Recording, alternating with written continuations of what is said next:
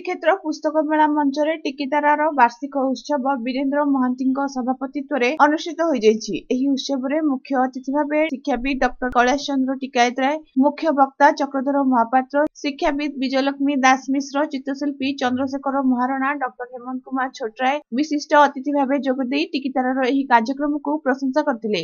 भक्त कवि मधुसूदन राव को पुण्यतिथि जोगु वर्णबोध एवं पुस्तक पठनर आवश्यकता उपरे अतिथि माने सेमानक मत रखिथिले। एही अवसर में छोट पिला शुभ संतक जेना, लक्ष्मीप्रिया महापात्र, आशुतोष प्रधान, के इंदु, शुभलक्ष्मी प्रधान, के ऋषि कुमार, प्रीति शुभ मिश्र, विशालाक्षी पाणिग्राही गप, कविता और भजन परिवेशन करथिले। चिन्मयी गजेन्द्र, मिनती पट्टनायक, मिनती मिश्र, कांचनबाला दलाई, प्रभासिनी मिश्र, चंद्रशेखर नायक प्रमुख स्वरचित कविता पाठ करथिले। कार्यक्रम संचालन करथिले टिकितारा संपादक विपिन बिहारी दलाई एवं शेषरे टिकितारार सौजन्य संपादक सुश्री कृष्णा महापात्र धन्यवाद अर्पण करथिले।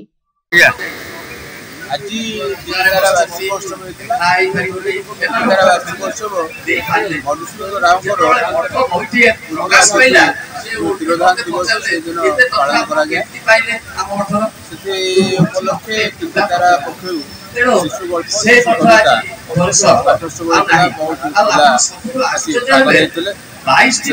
निज निज रचना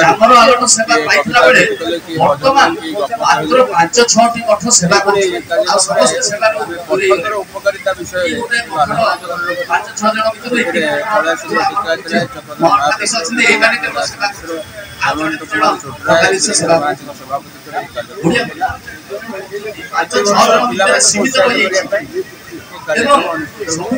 चलित पुस्तक मेला 18 दिसंबर को